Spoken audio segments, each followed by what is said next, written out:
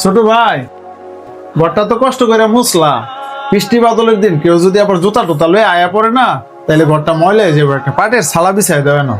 আচ্ছা মহাজন, মাল গুছায়ও একটা সালার ব্যবস্থা করতেছি।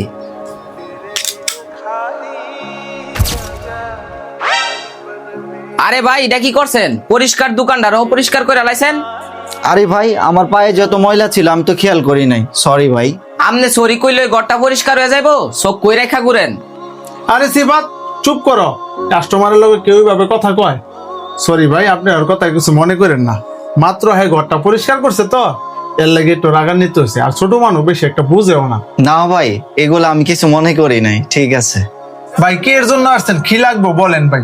ভাই আমার তো অনেক কিছুই লাগে। এই দুইটা গেঞ্জি খুব সুন্দর লাগতেছে, আগে এই দুইটা গেঞ্জি দেন।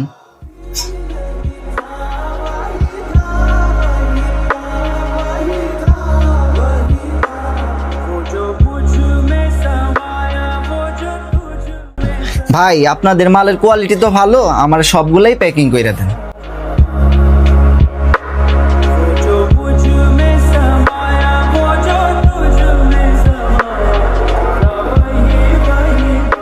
এই ধরেন ভাই।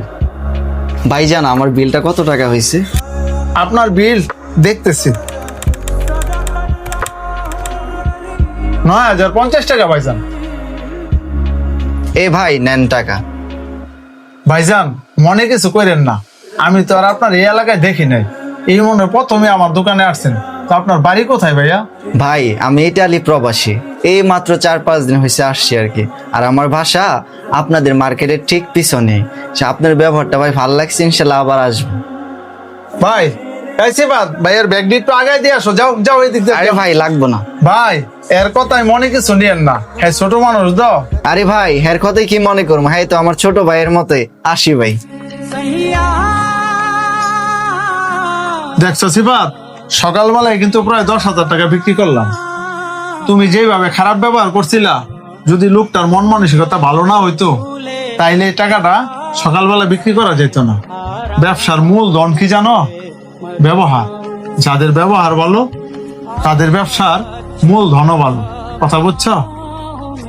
আশা করি আর কোনো কাস্টমারের লগে এই ধরনের ব্যবহার করবা না। ঠিক আছে, যাও ভাই, কাজ করো গিয়ে, যাও।